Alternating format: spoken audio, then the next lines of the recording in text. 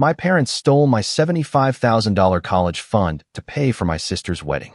I worked double shifts and lived on instant noodles just to survive. 8 years later, I invited them to my penthouse. When my parents smiled and said, "See, helping your sister first was the right choice," I looked them in the eye and said, "No, it just made me rich enough to never need you again." Then I called the security and said, "Show them out." I, 26M, still remember the exact moment my life split into before and after. I was 19, sitting in the financial aid office at State, watching the administrator's face shift from polite to concerned as she reviewed my account. There was supposed to be $75,000 there. My grandfather had set it up before he died when I was 12, made it crystal clear in his will that the money was for my education and nothing else. He'd worked construction his whole life, saved every penny he could, and he wanted me to have opportunities he never did. The fund was in my parents' names as custodians until I turned 18, then it was supposed to transfer to me. The administrator turned her monitor toward me. The balance read $437. My stomach dropped. I asked her to check again, told her there had to be a mistake. She pulled up the transaction history, and we both watched as withdrawal after withdrawal scrolled past. $50,000 gone in one lump sum 8 months ago. Another $20,000 scattered across various dates. The rest dribbled out in smaller amounts over the previous year. Every withdrawal was authorized by my father. I drove home in a daze. My hands were shaking so badly I had to pull over twice. When I walked into the house, my parents were in the living room watching television like it was any other Tuesday evening. My sister was upstairs, probably planning more wedding details with her fiancé. I asked them about the money. Just like that, straight out, because I couldn't believe they'd actually done what the transaction history suggested. My mother looked at my father. My father muted the TV and told me to sit down. That's when I knew. He explained it like he was doing me a favor. My sister's wedding was important, a once-in-a-lifetime event. The venue she wanted was booked solid for 2 years unless they could pay a premium to bump another party. The dress she'd fallen in love with was custom couture. They'd already committed to everything before they realized how much it would actually cost. The wedding was in 3 months. What were they supposed to do, disappoint her? I reminded him the money was for my education. That Grandpa had specifically stated that in his will. My father waved this off. I could get student loans like everyone else, he said. Financial aid, scholarships, work-study programs. My sister couldn't take out a loan for a wedding that had already been planned. Besides, I'd been accepted to State, not Harvard. It wasn't like I needed $75,000 for a state school. I pointed out that the money wasn't legally theirs to take. That Grandpa had left it to me. My mother finally spoke up. She said I was being selfish. Family helps family. My sister had always been there for me growing up, hadn't she? Didn't I want her to have a beautiful wedding day to remember? They'd already spent the money anyway, so what did I expect them to do about it now? I asked if they planned to pay it back. My father laughed. Pay it back with what money? Did I think they were rich? The wedding had cost them everything they had in savings too. I should be grateful they'd invested in family instead of wasting it on fancy schools. I left the room before I said something I couldn't take back. Upstairs, I could hear my sister on the phone, excitedly describing her centerpiece arrangements to someone. She had to have known. There was no way she didn't know where the money came from. That night, I made a decision. I wasn't going to beg. I wasn't going to plead with them or take them to court or create drama that would somehow make me the villain. I was going to survive, and then I was going to succeed so completely that they'd never be able to pretend they hadn't betrayed me. I enrolled at State anyway, took out maximum student loans, filled out every scholarship application I could find, and got a job at a warehouse working overnight shifts.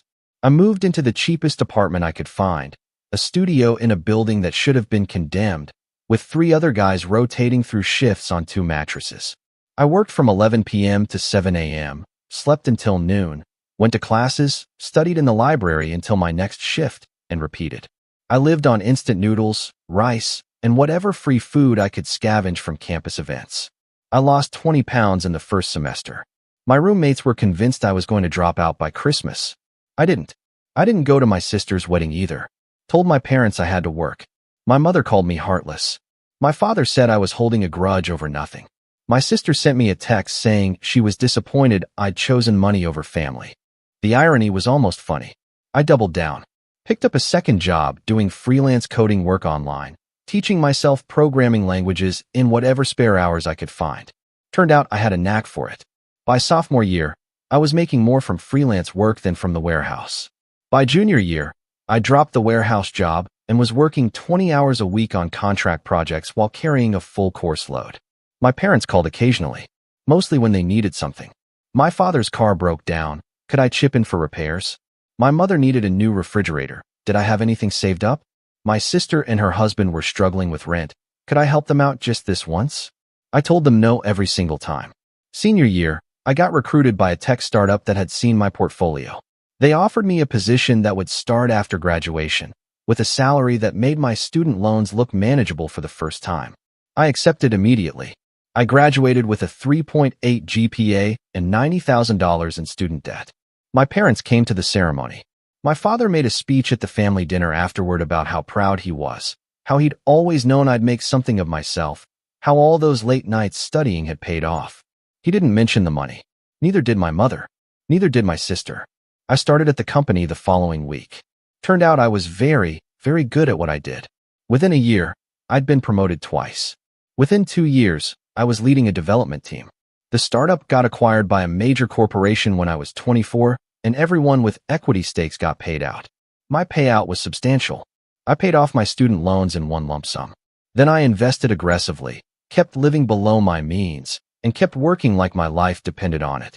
Because in a way, it did. Every success was proof that they'd been wrong.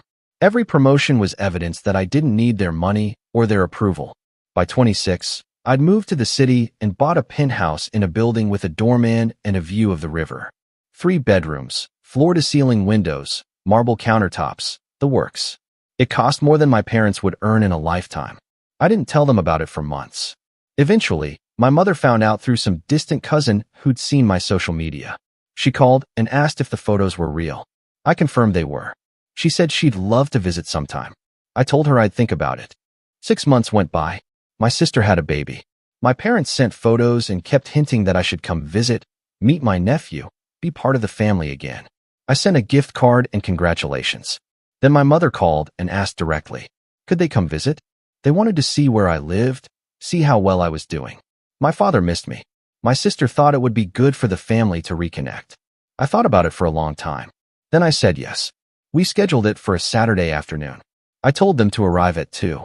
I spent the morning cleaning, even though the place was already immaculate, arranging furniture, making sure everything looked exactly the way I wanted it to look. They arrived 15 minutes early. The doorman called up to confirm, and I told him to send them up. I opened the door before they could knock. My mother gasped when she saw the place. She walked in slowly, taking in the artwork on the walls, the designer furniture, the panoramic windows. My father whistled low and asked how much a place like this cost. My sister, who'd brought her husband and the baby, immediately started photographing everything. We sat in the living room. I offered them drinks. My mother couldn't stop commenting on the view, the finishes, the neighborhood. My father kept asking questions about my job, my salary, my investment portfolio. My sister wanted to know if I had a girlfriend, when I was planning to settle down, whether I'd thought about buying a bigger place. I answered vaguely and let them talk. An hour in, my father leaned back on the couch and smiled. He said he was proud of me, that he'd always known I had it in me to be successful. My mother nodded enthusiastically. My sister said it was amazing what I'd accomplished. Then my father said it. The thing I'd been waiting for. He said that looking back, helping my sister first had been the right choice. That if they'd let me use that money for college, I might have coasted, might not have developed the work ethic that made me successful. That struggle had made me stronger. That everything had worked out exactly the way it was supposed to. My mother agreed. She said that sometimes parents have to make tough decisions, but in the end, everything happens for a reason. My sister smiled and said she was glad we could all be together and move past old disagreements. I set my drink down carefully. I'd imagined this moment for years, rehearsed it in my head 1,000 different ways. But now that it was here, I felt oddly calm. I told them no. They looked confused. My father asked what I meant. I explained it slowly. Helping my sister first hadn't been the right choice. It had been theft. They hadn't made a tough parenting decision. They'd stolen $75,000 that my grandfather had left specifically for me, and they'd done it without asking, without permission, and without any intention of paying it back. My mother started to interrupt, but I kept going. I told them that what had made me successful wasn't their decision to betray me. It was my decision to prove them wrong. Every overnight shift, every instant noodle dinner, every hour I'd spent teaching myself to code instead of sleeping, that was me, not them. They didn't get to take credit for my success when they'd done everything possible to sabotage it. My father's face was turning red. He started to say something about family and respect. I cut him off. I told him I'd invited them here for one reason, so they could see exactly what they'd lost. They'd chosen my sister's wedding over my future, chosen one perfect day over their relationship with me, and now they were sitting in a penthouse they'd never be invited to again, looking at a life they'd never be part of. My sister was crying. She said I was being cruel, that it wasn't her fault, that she'd paid them back the money. I asked when. She went quiet. I asked her again. When exactly had she paid them back $75,000? She admitted she hadn't, that she'd given them a few thousand here and there over the years. But her husband's business had struggled, and they had the baby now, and it wasn't realistic to expect her to pay back that much money. I nodded. I told her that was fine. She didn't have to pay me back. None of them did. I didn't need their money anymore. I didn't need anything from them. My mother asked what I was saying. I told her I was saying goodbye, that this visit was closure, that they could tell people they'd seen my place, that their son was doing well, that everything worked out fine despite what they did. But they wouldn't be coming back. They wouldn't be asking me for money. They wouldn't be expecting me at holidays or family events. We were done. My father stood up. He said I couldn't be serious, that I was throwing away family over something that happened years ago, that I was being vindictive and petty. I stood up too. I told him he was absolutely right. I was being vindictive.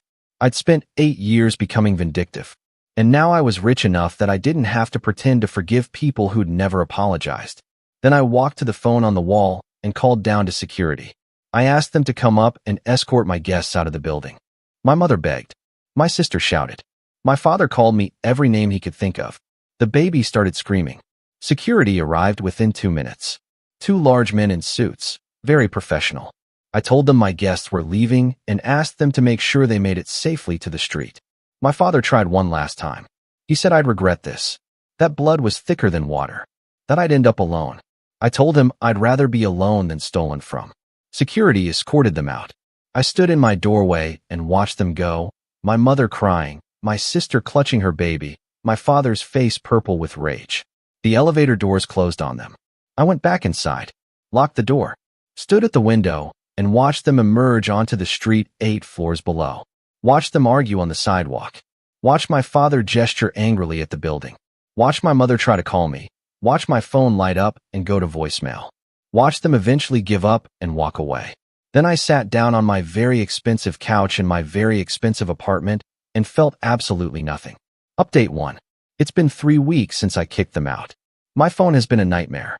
My mother called 63 times in the first 2 days. I counted. After I blocked her number, she started calling from other phones. Friends, neighbors, random numbers I didn't recognize. I blocked them all. Then she started emailing. I filtered those to spam. My sister sent me a 5-page letter about how I'd traumatized her baby, how her son would grow up without knowing his uncle, how I was destroying the family. She CC'd every relative we have. Most of them have reached out to tell me I'm being unreasonable. My father showed up at my building 4 days ago. The doorman called up to ask if I wanted to see him. I said no. My father apparently argued for 20 minutes before security threatened to call the police. He hasn't been back since. Yesterday, my uncle called. My father's brother, someone I haven't spoken to in probably 5 years. He told me that family is everything, that my grandfather wouldn't have wanted this, that I'm shaming his memory by refusing to forgive. I asked my uncle if he knew my grandfather had left me that money specifically for college. He said yes. I asked if he knew my parents had stolen it for my sister's wedding. He went quiet for a moment. Then he said that stolen was a strong word, that my parents had made a difficult choice, that my sister's wedding had been important to the whole family. I asked him how much money he'd given my parents for the wedding. He admitted he hadn't given them anything. I asked why not, if it was so important to the whole family. He said that wasn't the point. I told him that was exactly the point. Everyone expected me to sacrifice for family, but nobody else was expected to do the same. Then I hung up. The calls have slowed down now. I think they're realizing I meant what I said. A few cousins have reached out more gently, asking if we can talk, if there's any way to fix this. I've ignored them all. The truth is, I don't feel guilty. I thought I might. I thought that once the anger faded, I'd feel bad about making my mother cry or keeping my sister's kid away from me. But I don't. What I feel is free. Update 2. 2 months now. Things have gotten quieter, but also weirder. My sister is apparently telling people I had a mental breakdown, that I've become obsessed with money and success, and I'm not the person I used to be. Several family friends have reached out expressing concern for my well-being, suggesting therapy, asking if I'm okay. I'm fine. Better than fine, actually. My mother sent me a birthday card last week. My birthday isn't for 4 months. Inside, she'd written about how she prays for me every night, how she hopes I'll find peace, how the door is always open when I'm ready to come home. I don't have a home with them. I haven't for 8 years. Work is going incredibly well. I got another promotion, a corner office, a team of 12 people reporting to me. I'm dating someone I met through friends, someone who has nothing to do with my family or my past. When she asked about them, I told her the truth. She didn't try to convince me to reconcile. She just listened. That felt revolutionary. Last week, I did something I've been thinking about for a while. I set up a scholarship fund at State. $50,000 annually for a student who's working full-time while going to school, who comes from a low-income background, who doesn't have family support. The first recipient will be selected next semester. I named it after my grandfather. I haven't told my family about it. I don't plan to. It's not for them. It's for me, and for my grandfather, and for some kid who's going to work overnight shifts and eat instant noodles and wonder if they'll make it. They will, and they won't owe anyone anything for it. That's what my grandfather wanted. That's what I'm making sure happens. My parents stole my future once. I built a better one anyway. And now I'm helping someone else do the same. They can't touch that. They can't take credit for it. They can't claim it was all part of some master plan. It's mine. Finally, completely mine. And I've never felt richer.